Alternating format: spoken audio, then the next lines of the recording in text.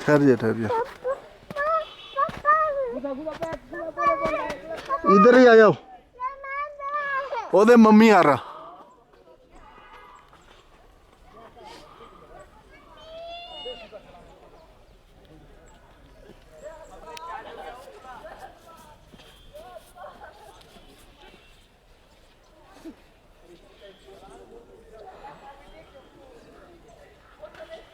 ठहर जा।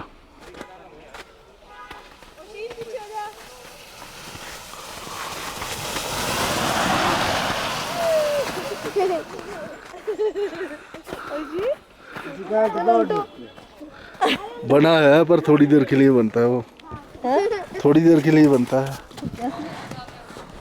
वो। पर्स उठाओ अपना। चप्पल टूट गया? नहीं, वो उतर गई।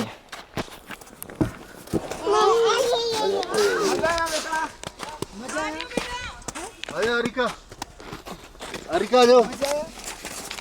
नहीं ना, अब तुम मम्मा के साथ रहो।